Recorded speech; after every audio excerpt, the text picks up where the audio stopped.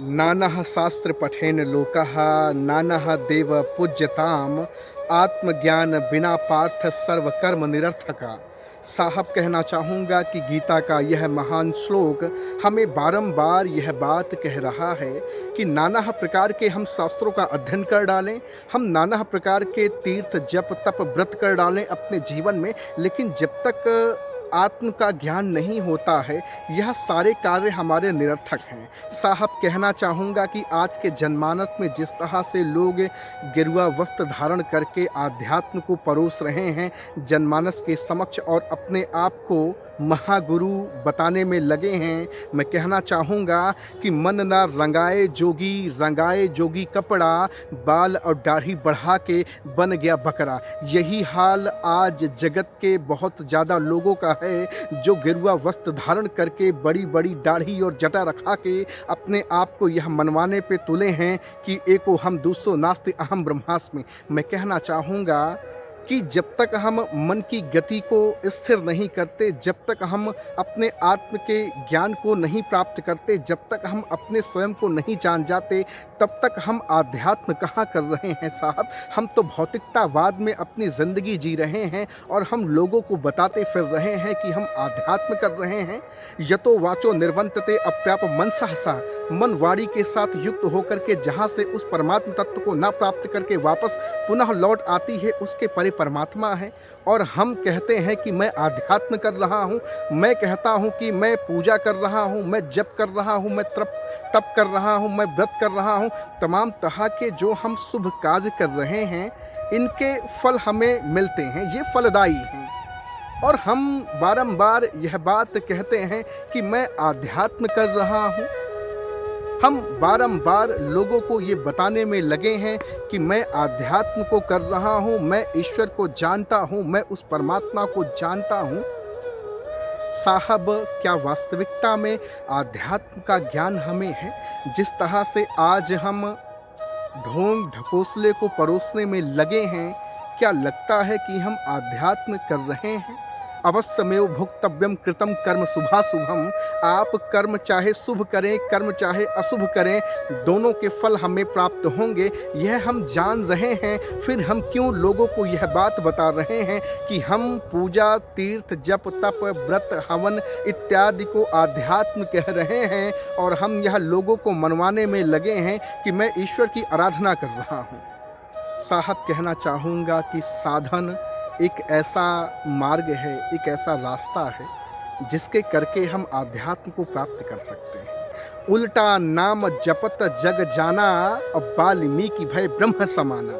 बहुत सारे लोग ये जानते हैं कि वाल्मीकि जी मरा का जाप करके ईश्वरत्व को प्राप्त कर गए, लेकिन लोगों को ये नहीं पता है कि उल्टा नाम का मतलब होता है उस परमात्मा का नाम, वाचक नाम, जिसमें उन्होंने अपनी अर्धधारा को ऊर्ध्व कर दिया था, साधना में लीन होकर के उस ईश्वरत्व को प्राप्त कर लिए थे। आज संसार के ज़्यादातर लोग इससे अनजान हैं। लोगों को नहीं पता है कि वाल्मीकि जी मरा कह के ईश्वर को प्राप्त किए थे, कि वाल्मीकि जी साधना में बैठकर घनघोर तपस्या करके उस ईश्वर को ध्यान में ला करके ईश्वर को प्राप्त किए थे। क्या लोगों को पता है?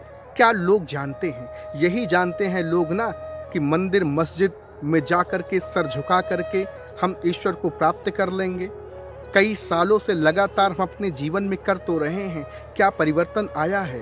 क्या हमारे जीवन में परिवर्तन आ रहा है? क्या हमने उस ईश्वर को जानने की कभी चेष्टा की वास्तविक रूप में?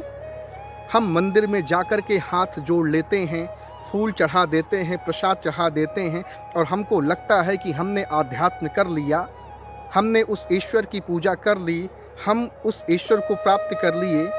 साहब वास्तविकता का अभाव हमारे जीवन में आध्यात्म से हमें कोसों दूर कर रहा है। आज हम क्या कर रहे हैं? आज हम वितंडावाद में, भौतिकतावाद में, ढोंग ढकोसले में अपनी ज़िंदगी जी रहे हैं। हम व्रत कर लेते हैं, हमको लगता है हमने उस ईश्वर की पूजा कर ली, हम तीर्थ कर लेते हैं, हम कोई तपस्या कर लेते हैं, हम कीर्तन कर लेते हैं, हम रामायण कर लेते हैं, हम हनुमान चालीसा कर लेते हैं, तो हमको लगता है कि हम उस ईश्वर की आराधना कर लिए। साहब, मैं कहना चाहूँगा कि अभी हम आप कोसों दूर हैं आध्यात्म से। आध्यात्म की जो विद्या है, आध्यात्म की जो गहराई है, आध्यात्म का जो ज्ञान है, वो बहुत गूढ़ तत्व है। उसको जानने समझने के लिए हमें अपने आप से बातें करनी होगी, हमें दिन रात चिंतन करना होगा, मनन करना होगा, विचार करना होगा, और हमें आध्यात्मिक सद्ग्रंथों का अध्ययन करके यह निष्कर्ष निकालना है कि वास्तविक मार्ग कौन सा है, जिस मार्ग पर चलने से ईश्वर की प्राप्ति होती है। हे ईश्वर दया निधे भवत कृपया अनेना जपोपासनादिकर्मणा धर्मार्थ काम मोक्षाणाम सद्या सिद्धि भवेन्ना। आर्यवर्त भारत देश के जो 4 पुरुषार्थ हैं, आज हर इंसान 2 पुरुषार्थ पे सिर्फ काम कर रहा है, एक अर्थ और दूसरा काम। बाकी धर्म क्या है, मोक्ष क्या है, ये मेरी बला से इसके बारे में किसी को कोई पता नहीं, कुछ नहीं जानना चाहते। साहब, कहना चाहूँगा कि आध्यात्म बहुत गहरी चीज़ है। जब भौतिक विद्या इतनी गूढ़ हो सकती है, जब भौतिक विद्या की इतनी महान गहराई हो सकती है, तो आप सोच सकते हो कि आध्यात्म कितना अथाह सागर है, जिसमें इंसान कहाँ गायब हो जाएगा पता भी नहीं चलेगा। डियर फ्रेंड्स, आप सबसे कहना चाहूँगा कि आध्यात्म की वास्तविकता को पहचानो। वास्तव में हमारे जीवन का उद्देश्य क्या है, हम इस दुनिया में क्यों आए हैं, तुम कौन हो प्यारे, कहाँ से आए, यहाँ कौन पठाया है, आकर भेद मुही बतलाओ, किस लिए कर्म कमाया है। आप हो कौन यार, आप आए क्यों हो यार, आप क्या करने आए हो, आपको जाना कहाँ है, इसकी जानकारी तो हमें होनी चाहिए ना। हम जब माँ के गर्भ में क्या क्या करके रोते रहते हैं, तड़पते रहते हैं, तो उस ईश्वर से बारंबार प्रार्थना करते हैं कि ऐ ईश्वर, मुझे इस नरक रूपी गर्भ से बाहर निकाल, और संसार में जाते ही तेरी आराधना करूँगा। लेकिन जब धरती पे आते हो, ईश्वर दया रूपी का सागर है, जब आपका उद्धार करता है, तो आप कहाँ कहाँ करके रोते हो और कहते हो, ऐ ईश्वर, मैंने कहाँ तुझसे कौल बंधाई थी कि मैं जाते ही धरती पे तेरी पूजा आराधना करना शुरू करूंगा। इस चकाचौंध की दुनिया में आते ही उस ईश्वर को भूल जाते हो, आध्यात्म को भूल जाते हो, आध्यात्म के उस पथ को भूल जाते हो, और भौतिकतावाद, वितंडावाद में पढ़कर के अपने जीवन को बिताने लगते हो। और जो आध्यात्म लोग करते भी हैं, वो डर से करते हैं कि कहीं मुझसे कोई गलती हो जाए तो पूजा करके उसको बराबर इक्वल करने के लिए एक्सचेंज सिस्टम है। हम ईश्वर के मंदिर मस्जिद में जाते हैं, सर झुकाते हैं और कुछ न कुछ अरदास करते हैं कि ए मेरे ईश्वर, मुझे ये दे दे, तुझे ये मैं दे दूंगा। ईश्वर भी कहता है कि कितना नादान इंसान है, इसका जन्म, इसका प्रादुर्भाव किस उद्देश्य के लिए हुआ है, इसे भूल करके ये भौतिक सुख संपदा मांग रहा है। डियर फ्रेंड्स, अध्यात्म बहुत बहुत गहरी चीज़ है, इसको जानना बहुत ज़रूरी है। देखो, आपके पास एजुकेशन बहुत है, आपके पास नॉलेज बहुत है, आप बहुत बड़े तुर्रम खान हो, आपको मैथ आती है, फिजिक्स केमिस्ट्री आती है, आप PhD किए हो, आप मास्टर हो, लेकिन पता है जब तक आध्यात्म का, जब तक स्वयं का ज्ञान नहीं, जब तक अपने आत्म का ज्ञान नहीं होगा ना, तब तक हमारा जीवन ही व्यर्थ है यार। मैंने कहा ना कि धर्म, अर्थ, काम और मोक्ष, ये 4 पुरुषार्थ हैं, इनको जानने की ज़रूरत है, इनको आत्मसात करने की ज़रूरत है। कितने लोग हैं जिनको आध्यात्म के सही रास्ते का, सही मार्ग का ज्ञान है।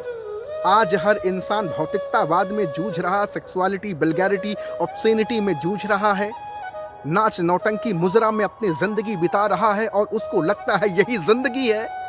आपको लगता है क्या वास्तव में यही जिंदगी है? क्या यही जीवन जीने की सही कला है? साहब, मैं आप सबसे कहना चाहूँगा कि आध्यात्म के सही मार्ग को पहचानें। अपने जीवन में अगर आपने हजारों उद्देश्य बना रखे हैं, तो एक उद्देश्य और बनाइए कि मैं हूँ कौन यार, हु एम आई, मैं हूँ कौन, मैं आया क्यों हूँ, मैं जाऊँगा क्यों, ये आवागमन का चक्कर क्या है, ये मन की गति क्या है, मन को स्थिर कैसे करें, आध्यात्म को कैसे पाएं, आत्म का ज्ञान कैसे प्राप्त करें, स्वयं का चिंतन कैसे हो, सेल्फ रियलाइजेशन कैसे करें। इसका ज्ञान अगर हमें नहीं होगा तो हमारा जीवन तो यार पशु पक्षी से भी बदतर है यार, हमारा जीवन तो पशु पक्षी से भी बदतर हो जाएगा साहब। आहार निद्रा भय मैथुनम च सामान्य में तत् पशुभि नराणाम धर्मो हितेषाम अधिको विशेषा धर्मेणहीना पशुभि समाना। जो पशु पक्षी अगर अपने जीवन में काम कर रहे हैं, वही काम अगर हमने भी अपनी जिंदगी में किया तो हमने पशु पक्षी से अलग क्या किया, डिफरेंट क्या किया। या साहब कहना चाहूँगा कि आज के माँ बाप अपने बच्चों को आध्यात्म रूपी संस्कार परोसें, बहुत ज़रूरी है। जिस तरह से सेक्सुअलिटी, वल्गैरिटी, ऑब्स्सिनिटी का चलन चल रहा है समाज में, जिस तरह से समाज में नंगा नाच नाचा जा रहा है, आध्यात्म को परोसना बहुत ज़रूरी है। और ऐसे बुद्धिजीवी लोगों को सामने आकर के लोगों के समक्ष अपनी भावनाओं को प्रकट करना बहुत ज़रूरी है। आप सबसे मैं रिक्वेस्ट करना चाहूँगा।